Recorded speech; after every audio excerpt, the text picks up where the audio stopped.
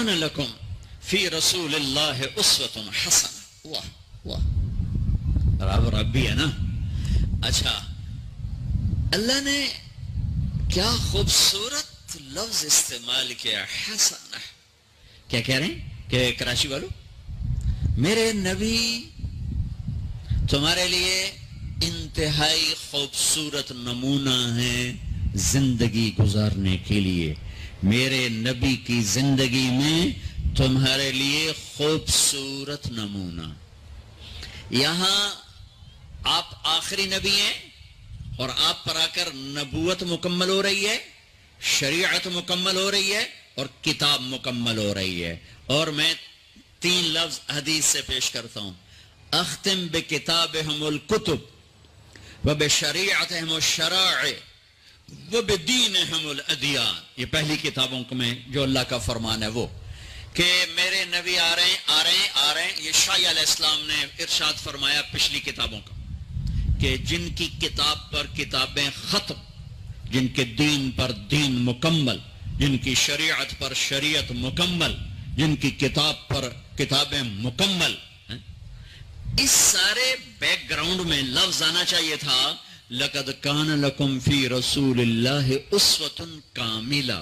کاملہ کہ میرے نبی کی زندگی تمہارے لیے مکمل نمونہ ہے، مکمل ضابطہ حیات ہے. اللہ نے کامل کا لفظ چھوڑ کر حسنہ. حسنہ نیکی کو بھی کیا کہتے ہیں؟ حسنہ. سبحان اللہ. حسنہ کسے کہتے ہیں؟ خوبصورت. خوبصورت. میرے اللہ کہہ رہے ہیں میرے نبی تمہارے لیے بہت خوبصورت نمونہ ہے. نیکی کو کہا خوبصورت چیز، اپنے حبیب کی زندگی کو کہا خوبصورت نمونہ. یہ خوبصورت کا لفظ کیوں فرمایا ہے کہ میرے بھائی بہنوں، حسن، خوبصورتی کسی دلیل کی محتاج نہیں ہوتی. وہ خوبصورتی آواز میں ہو جادو جگائے گی، وہ منظر میں ہو دل کو کھینچے گی، وہ شکل میں ہو دل کھینچیں گے، وہ کلام میں ہو جادو ہوگا، وہ اشعار میں ہو انسان جھومے گا، وہ کسی گھر میں ہو، کسی برتن میں ہو، کسی سواری میں ہو، کسی پھول میں ہو، کسی پرندے میں ہو، کسی پہاڑ میں ہو، کسی دامن میں ہو، کسی شکل میں ہو، کسی آواز میں ہو، کسی صورت میں ہو، تاج محل میں ہو یا ہمالیہ پہاڑ میں ہو. خوبصورتی کو دلیل نہیں چاہیے سوائے اندھے کے. سوائے اندھے کے ہر پڑھا لکھا ان پڑھ حسن سے متاثر ہوتا ہے. تو میرے نبی کی آنکھ اداج موٹی، اشکل لمبی، اس میں سرخ دھاریاں، اکحل بغیر سرمے کے سرما، اہدب یہ بال بڑے لمبے، چمکدار، انجل، ابرج، اہدب، احور، اکحل، ادعج، اشکل، اکحل، یہ سب میرے نبی کی آنکھ کا حسن و جمال ہے، کمال ہے کہ جب ایسے آپ آنکھ اٹھاتے تھے، آپ حیا کی وجہ سے آنکھ اٹھا کے مردوں کو بھی نہیں دیکھتے تھے. عورت تو عورت سے ملتے تھے، عورتوں سے ملتے تھے، لیکن آنکھ نہیں اٹھتی تھی حیا کی وجہ سے. میری نسل رات کو ساری رات کیا تباہی، بے حیائی، بے غیرتی میں ڈوبی ہوئی دیکھ رہی ہے. ہمیں مرنے کے لیے ایٹم بم نہیں چاہیے، ہماری بے حیائی ہمیں لے ڈوبے گی اگر توبہ نہ کی. آپ یوں دیکھتے تھے. یہ آپ کے دیکھنے کا میں نہیں کر لفظ کا ترجمہ کر رہا ہوں. جلو نظر الملاحظہ، اس لفظ کا آپ دیکھتے تھے کنکھیوں سے نظریں جھکا کے.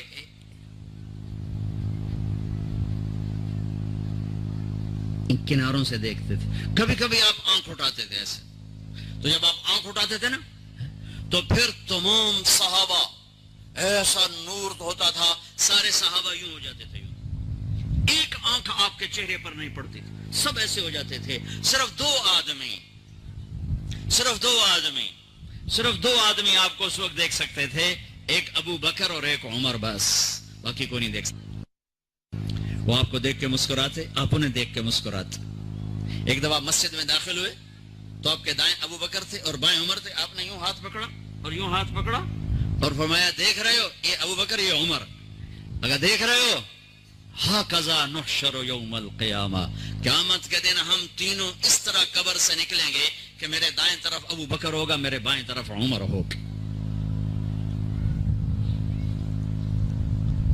آپ کا ناک کیسا تھا؟ اقن العرنین، یہ باریک، یہاں سے باریک اور تھوڑا سا ہلکا سا یہاں سے اوپر، ہلکا سا اشم، ہلکا سا یہاں ایک نور جگمگ کرتا تھا. گال کیسے تھے؟ سہل الخدین، برابر، پچکے ہوئے کمزوری کی علامت، ابھرے ہوئے موٹاپے کی علامت، گول خوبصورت، سہل خوبصورت گولائی میں. اور یہ جگہ یاقوت کی طرح، مرجان کی طرح، انار کی طرح جگمگ کرتی تھی، سرخ سفید. ہونٹ کیسے تھے؟ ولیع الفم، چوڑا منہ، تراشے ہوئے ہونٹ، خوبصورت. جب وہ کھلتے تھے اس میں سے دانت چمکتے باہر آتے تھے مسکراتے ہوئے، تو کیا ہوتا تھا؟ براق الثنایا. آہا، جب آپ مسکراتے تھے تو دانتوں سے نور نکل کے دیواروں پہ پڑتا تھا، ایسے ایسے. جیسے یہ ٹوتھ پیسٹ والے نے، انہوں نے وہ مصنوعی چٹا رنگ کر کے دنداں دکھایا ہوں، مصنوعی رنگ. تو او ہے میرے نبی کو میرے رب نے کیا دان دیے تھے، جب مسکراتے دانتوں کا نور دیواروں پہ پڑتا تھا. گولائی میں داڑھی. کنگھی کا سلیقہ کیا تھا؟ کنگھی فرماتے تھے کبھی مانگ نکالتے تھے، کبھی بغیر مانگ نکالے بالوں کو پیچھے لے جاتے تھے. اچھا مولوی صاحبہ کیا؟ ہاں بھائی پترا فلانے دی دھی تے اے اودا نا تے اے اودا پیو تے اتنا مار میں تینوں دتی تو قبول کیتی. آخر لگا جی آن دیو. تو اس کے بھائی نے اس کو کون نہیں ماری؟ گندا جی جان دیو.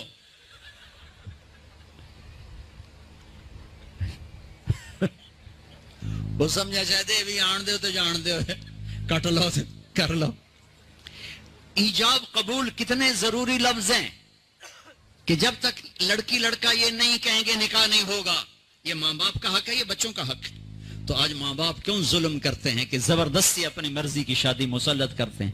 اللہ کرے ہماری اولاد ہماری مرضی پہ شادی کرے. بچوں سے کہتا ہوں ماں باپ کی مرضی کی شادی کرو، ماں باپ کی مرضی کی شادی کرو، ماں باپ کی مرضی کی شادی کرو. میں تمہیں بغاوت کی راہیں نہیں دکھا رہا، لیکن جو ماں باپ جبر کر رہے ہیں میں اس کے سامنے ہاتھ جوڑ رہا ہوں، اس کے سامنے ہاتھ جوڑ رہا ہوں کہ واقعات سن کے دیکھ کے میرا کلیجہ پکا ہوا ہے. میں اس لیے بول رہا ہوں یہ وہ مضامین ہیں جو نئی ممبر سے بیان کیے جاتے. میں بول رہا ہوں کہ یہ میرے معاشرے کی دکھتی ہوئی رگیں ہیں. جہاں نیکی دیکھو وہاں رشتہ دے دو، چاہے خاندان. ہاں خاندان میں کو ترجیح دو، خاندان کو ترجیح دو، کوئی شک نہیں. لیکن اگر خاندان میں جوڑ نہیں باہر تلاش کرو. ہمارے یہ ہم بچی والے، ہم کیسے جائیں؟ بچی والے نہیں جا سکتے. یہ تو ہندوستان کی ہندی ثقافت ہے. میری بیٹی جوان ہے، میرے ذمہ میں اپنی بیٹی کا رشتہ تلاش کروں. میں جا کر کہوں بھئی میری بچی جوان ہے، اگر آپ کو مناسب لگے تو آپ ہمارا پیغام قبول کر لیں. لیکن ہم اپنی بچیوں کو بوڑھا کر دیتے ہیں. کوئی رشتہ آئے تو کریں، کوئی رشتہ آئے تو کریں. پھر ایک یہ رشتے کرانے والیوں کا چکر ہے، اس نے کتنے گھر تباہ کر دیے ہیں. تو ماں باپ سے کہتا ہوں رائے لو. اولاد سے کہتا ہوں ماں باپ کے خلاف نہ جاؤ. برکت کیا، دین سارا ہاتھ سے نکل جائے گا. لیکن سن لو میرے نبی کی زندگی اور بات اور سنت اور سیرت اور شریعت. فاطمہ علی کا رشتہ آیا ہے کر دوں. فاطمہ جیسی بچی انکار کر سکتی تھی اور علی جیسا رشتہ انکار کر سکتی تھی. وہاں ہاں کے سوا کچھ نہیں تھا. یا رسول اللہ جیسے آپ مناسب سمجھیں. یہ انشاءاللہ اس لیے کہا تھا کہ پہلے فاطمہ سے پوچھوں، پھر آپ اسی قدموں پر واپس آئے. علی جی مجمع کٹھا کرو. مجمع کٹھا ہو گیا. آپ ممبر پر کھڑے ہوئے، علی کو سامنے بٹھایا، کہا لوگو جبریل اللہ کا پیغام لائیں کہ میں اپنی بیٹی فاطمہ علی کے نکاح میں دے دوں. اور علی خطبہ پڑھنے کے بعد میں نے 400 درہم پر اپنی بچی کو تیرے فاطمہ بنت محمد کو تیرے نکاح میں دیا. تو نے قبول کیا؟ ویسے سامنے بیٹھے تھے کہ جی قبول کیا اور سجدے میں سر رکھ دیا. پھر جب رخصتی ہوئی تو آپ نے بلایا.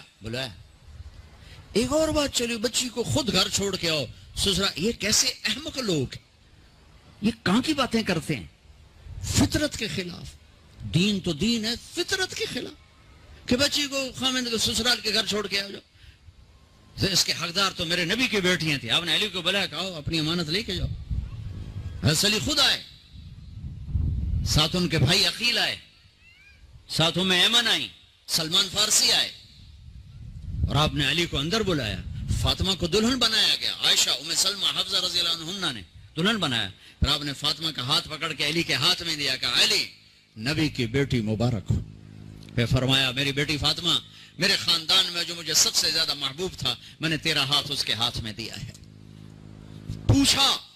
پوچھو اللہ کے واسطے پوچھو.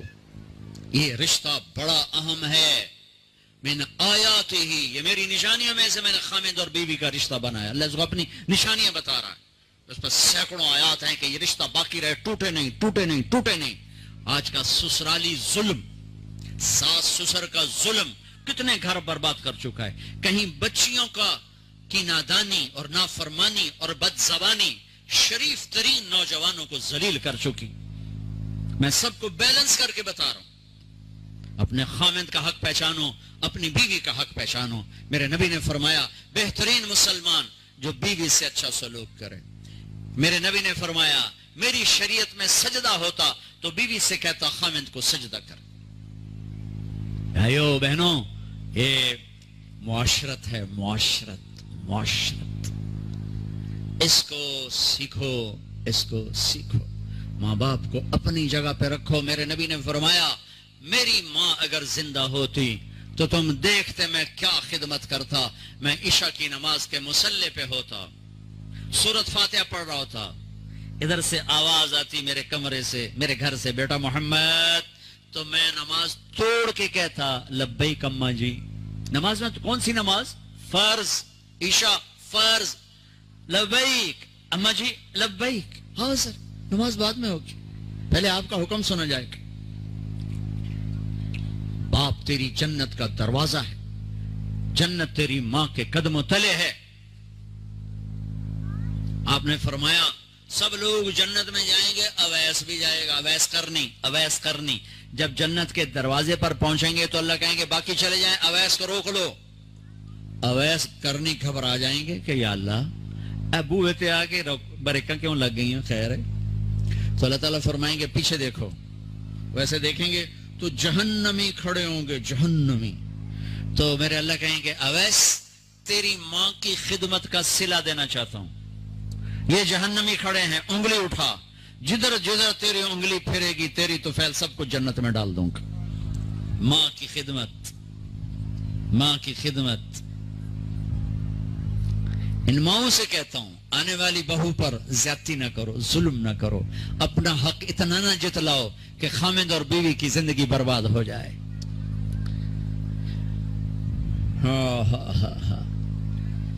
اور سنو، آپ نے حضرت عمر سے کہا عمر تیرے زمانے میں ایک شخص آئے گا اویس بن عامر من مراد من قرن. اویس بن عامر مراد قبیلہ اور قرن اس کی شاخ ہوگی. یمن سے آئے گا، رنگ کا کالا، قد کا درمیانہ.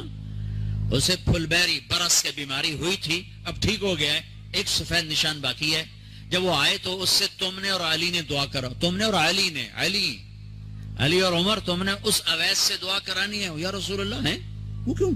کہ اس لیے کہ اس نے ماں کو راضی کر کے وہ مقام پایا ہے جب ہاتھ اٹھاتا ہے تو اللہ اس کے ہاتھ خالی نہیں لوٹاتا. علی اور عمر سے کہا جا رہا ہے. علی عمر کو ضرورت نہیں تھی اویس کی دعا کی، ہمیں پیغام دینا تھا کہ ماؤں کی خدمت کیسے چھوٹوں کو بڑا بنا دیتی ہے، کیسے چھوٹوں کو کیا مقام مل جاتا ہے. حضرت عمر رضی اللہ عنہ جب خلیفہ بنے ہر سال حج کرتے تھے، ہر سال. اویس کوئی نہیں ملا. تو ایک سال انہوں نے سارے حاجی اکٹھے کر لیے سامنے کھڑے کر. ہاں بھائی سب کھڑے ہو جاؤ, کھڑے ہو. اچھا بھائی یمن والے کھڑے رہو باقی بیٹھ جاؤ. تو ایک بہت بڑا مجمع کھڑا تھا. اچھا بھائی مراد والے کھڑے رہو باقی بیٹھ جاؤ. تو چند لوگ رہ گئے. اچھا بھائی کرن والے کھڑے رہو باقی بیٹھ جاؤ. تو ایک آدمی باقی بچا. ایک کہ تم کرنی مراد جی میں اویس کرنی کے گاؤں گیا ہوں اور ان کے قبیلے سے بھی لوگوں سے ملاقات کی ہے, جہاں وہ پیدا ہوئے وہاں بھی گیا ہوں. ارے بھائی اویس کو جانتے ہو؟ جی میرا بھتیجا ہے, بھائی کا بیٹا ہے, پر وہ ہمیں تھوڑا جا ہلے ہے, پاگل جائے. تجھے ہوتا کیوں پوچھ دو؟ وہ کہنا کہ پاگل تو نظر آتا ہے وہ نہیں. کہاں ہے؟ حج پر ہے. جی ہے. کدھر ہے؟ کہا جی وہ اونٹ چرانے عرفات. آپ نے حضرت علی کو لیا, دوڑ لگا دی عرفات. وہاں پہنچے تو دیکھا اویس ایک کی کر کے نیچے نماز پڑھ رہا ہے اور اونٹ چل رہا ہے. یہ دونوں حضرات ایسے قریب آ کے بیٹھ گئے. انہوں نے محسوس کیا دو آدمی آ گئے. نماز مختصر, سلام پھیرا. تو حضرت عمر نے پوچھا کون ہو؟ کہا مزدور ہوں. مزدور. کہا تیرا نام کیا ہے؟ کہا اللہ کا بندہ. تو انہوں نے کہا ہم سارے ہی اللہ کے بندے ہیں. تیری ماں نے تیرا نام کیا رکھا ہے؟ کہا آپ کو کیا تکلیف, کیوں پوچھ رہے ہو؟ وہ تو جانتا نہیں تھا عمر اور علی, وہ تو پہلی دفعہ حج پہ آئے تھے. کہا آپ کو کیا تکلیف ہے, آپ کون ہیں؟ تو حضرت علی نے کہا یہ عمر بن خطاب امیر المومنین, میں علی بن ابی طالب. پھر وہ ہل گئے. کہا جی میں معافی چاہتا ہوں, میں تو آپ کو جانتا نہیں تھا, میں تو پہلی دفعہ حج پہ ہوں. حضرت عمر نے فرمایا ہاتھ اٹھا. کس لیے؟ دعا کر. کہا میں آپ کے لیے؟ کہا ہاں تو ہمارے لیے. کہا وہ کس لیے؟ وہ اس لیے کہ ہمارے نبی نے فرمایا تھا کہ اویس نے ماں کو راضی کر کے وہ مقام پایا ہے کہ جب ہاتھ اٹھاتا ہے تو خالی نہیں لوٹتے. آپ کی مائیں زندہ ہیں تو یہ کام کر لو, مر گئی ہیں تو ان کی قبروں پہ جایا کرو, وہاں بیٹھ کے قرآن پڑھا کرو, ان کے لیے ایصال ثواب کرو, صدقہ کرو, خیرات کرو. زندہ ہیں ان کے پاؤں دھو کے پیو. ہاں ماں باپ زیادتی کریں تو پھر خدمت ضرور کرو, ساتھ مت دو, ساتھ مت دو. ہر رشتے کو اپنی جگہ پہ رکھنا, یہ میرے نبی کا دین ہے, یہ میرے نبی کا دین ہے. اولاد کو ٹائم دو. آج کے لوگ بچوں کو ٹائم نہیں دے رہے. آج کی مائیں بچوں کو ٹائم, ماں کو بھی جاب کی سوجی ہوئی ہے اور باپ کو تو ہے ہی باہر کا کام. تو بچے پارٹ ٹائم میں آ گئے ہیں, فل ٹائم جاب نہیں رہے. ماں کی فل ٹائم جاب ہے بچہ, باپ کی فل ٹائم جاب ہے بچہ. اپنی اولاد کو محبت دینا. 7 سال تک میرے نبی فرماتے ہیں نماز بھی نہ کہو. 7 سال کی عمر میں نماز کہو. 7 سال تک بچہ سن کے نہیں سیکھتا, دیکھ کے سیکھتا ہے, دیکھ کے. ہم 3 سال کے بچے کو اسکول ڈال دیتے ہیں, اس کے سارے نیورون جل جاتے ہیں. ہم سمجھتے ہیں اے فار ایپل پڑھائی ہے. اللہ کی قسم نہیں نہیں نہیں نہیں, یہ ہم ظلم کر رہے ہیں اپنے بچوں پر. 3 سال کے بچے کو اسکول ڈالنا. اے فار ایپل کا نام پڑھائی نہیں ہے, 2 + 2 4 کا نام پڑھائی نہیں ہے. یہ 7 سال کی عمر ہے بچے کو انسان بنانے کی, انسان بنانے کی. اس کو چھوٹا نہ سمجھو, یہ مکمل ہو چکا ہے لاشعور میں, لاشعور میں. ماں ٹائم دے, ماں ٹائم دے, محبت دے. محبت میں میٹھے بول کے ساتھ سچائی بتائے, اخلاق بتائے, نبوت بتائے, رسالت بتائے, اللہ بتائے, جنت بتائے, آخرت بتائے, رشتوں کی قدر بتائے. لیکن ہم کیا کرتے ہیں کہ بچے کو ماں خود دور کر کے اسکول ڈال دیتی. اسکول, وہ ایک بچہ جو ماں کی توجہ کا تھا وہ 30 بچوں میں جا بیٹھتا ہے, 40 بچوں میں جا بیٹھتا ہے, 50 بچوں میں جا بیٹھتا ہے. آگے پڑھانے والی جو ٹیچر ہے وہ تنخواہ دار ہے, وہ ماں نہیں ہے. اس کا جذبہ ماں والا نہیں ہو سکتا. ایک ماں ایک بچے کو ٹائم دینے سے جان چھڑا کر 3 سال کے بچہ پیمپر لگا ہوا اسکول چھوڑ کے آ گئی. یہ ظالم ماں باپ ہیں. میری تم سمجھ نہ سمجھو, لیکن مجھے صحیح بات کہنا میری ذمہ داری ہے, میری ذمہ داری ہے. اس بچے کو ماں نے جب دور کیا تو اس نے اپنے آپ سے کاٹ دیا اس بچے کو. جب وہ واپس آیا تو اس کو کارٹون پہ بٹھا دیا اور مزید کاٹ دیا. تھوڑا سا بڑا ٹیوٹر کے پاس بٹھا دیا, کارٹون پر بٹھا دیا, کمپیوٹر پر بٹھا دیا. کارٹون آج کے ہمارے بچے بڑے مظلوم ہیں, سارا دن کارٹون ویکھ ویکھ ویکھ انہاں نوں ماں بھی کارٹون نظر آندی, پیو بھی کارٹون نظر آندا, ہر جگہ کارٹون نظر آندی. وہ کارٹون نہ طرح کدی اتے کدی ہیٹ, کدی اتے کدی ہیٹ, وہ انسان کی طرح سوچتے ہی نہیں ہے. یہ ماں باپ کا کی جہالت ہے, زیادتی ہے. ماں نہیں سنبھال سکی, تھوڑی سی تنخواہ لینے والے ٹیچر کیسے سنبھالے گی؟ پھر ہمارے تعلیمی ادارے نہیں ہیں, کاروباری ادارے ہیں. ہمارے میڈیکل ہاسپٹل وہ مریضوں کا علاج نہیں ہے, وہ کاروباری ادارے ہیں. وہاں مریض ایز اے کسٹمر ڈیل ہوتا ہے, ہمارے معصوم بچے ایز اے کسٹمر ڈیل ہوتے ہیں. اور تاجر کون ہوتا ہے؟ جو پیسے تھوڑے دے کام زیادہ کروائے, پیسے تھوڑے دے کام زیادہ کروائے. تو ہمارے تعلیمی اداروں میں جو ٹیچر ہیں, جو لڑکیاں, جو مرد اور ٹیچر ہیں, ان کی تھوڑی تھوڑی تنخواہیں ہیں. وہ بیمار ہو جائیں تو اس میں علاج نہیں کرا سکتے, بڑی محدود سکیل کی تنخواہیں ہیں. تو وہ ایک تنخواہیں تھوڑی, ایک 40 بچے, وہ کیسے تربیت کرے گی؟ تو ایک لطیفہ ہے اور حقیقت کے قریب ہے. ٹیچر نے کہا بچوں کہو CUP سپ, سپ سمجھو سانپ. تو بچے بولے مس CUP کپ. کہا نہیں بچوں CUP سپ. انہیں پھر کہا مس CUP کپ ہوتا ہے. ان کا بچوں اتنی تنخواہ میں CUP سپ ہی رہے گا, کپ نہیں ہو سکتا. یہ ہمارے سارا تاجر طبقہ یہ کھال کھینچ لیتا ہے کیونکہ لوگ زیادہ ملتے ہیں, بے روزگاری ہے. ہاں بھائی یہ تنخواہ ہے, لینی ہے تو لینی تو جاؤ, اسے پتہ ہے یہ مجبور ہے, یہ آئے گا, یہ آئے گا. اوپر اللہ بھی دیکھ رہا ہے, ستا ہے کو جاگتا پہ ہے. میرے نبی نے فرمایا جس نے مزدور سے کام لیا اور اسے مزدوری پوری نہ دی تو قیامت کے دن اس مزدور کا وکیل میں ہوں گا, مقدمہ جت کے وکھاوے جے ہوں. تو ایک ماں 4 بچے نہیں سنبھالتی, وہ ایک ٹیچر سے 40 بچے کے کہتی ہے میرے بچے سنبھالو. کیسے؟ ماں بنو, باپ بنو, ٹائم دو. یہ بھی نہیں کہتا ان کے سروں پر بیٹھ جاؤ, جتنا ٹائم دو محبت سے. ٹیلی فون آف کر دو. اس موبائل نے لائف کوالٹی کو تباہ کر دیا ہے. ٹوائلٹ کے اندر بیٹھ کے بے وقوف سودے کر رہے تھے, مال چکا دیا جائے, گھڑی چلی گئی ہے. اب ٹوائلٹ کے اندر ٹوائلٹ کے بے وقوف وہ کام کر جو کرنے آیا ہے, سودے کر رہے ہوتے ہیں ٹوائلٹ کے اندر. گاڑی چل رہی, ٹیلی فون چل رہا ہے, گاڑی کتنا ٹکر ہو گئی. پھر روٹی کھا رہے ہیں, ٹیلی فون سن رہے ہیں, روٹی کھا رہے ہیں, ٹیلی فون سن رہے ہیں, روٹی کھا رہے ہیں, ٹی وی دیکھ رہے ہیں. اب میرے نبی بڑی پیاری زندگی لے کر آئے ہیں. جب آپ گھر میں جاتے تھے بیوی کے ساتھ, بچوں کے ساتھ, کسی سے نہیں ملتے تھے. آپ نے اپنے وقت کو تقسیم کیا ہوا تھا جس میں ایک حصہ بیوی کے لیے, بچوں کے لیے حسن حسین زینب, ان کے لیے ام کلثوم, بچوں کے لیے تھا. تو آپ اس میں کسی سے نہیں ملتے تھے, صرف بچوں کے ساتھ, بیوی کے ساتھ ہنسنا کھیلنا بیٹھنا. ہم اپنے بچوں کے ساتھ بیٹھ کر بھی نہیں ہوتے. موبائل کی گھنٹی بجی اور ابا مجلس سے غائب, موبائل کی گھنٹی, بچہ متوجہ ہے, ماں کا فون بجا, بچہ بات کر رہا ہے, ماں نے فون کان کو لگا, اس نے بچے کو ذبح کر دیا ہے.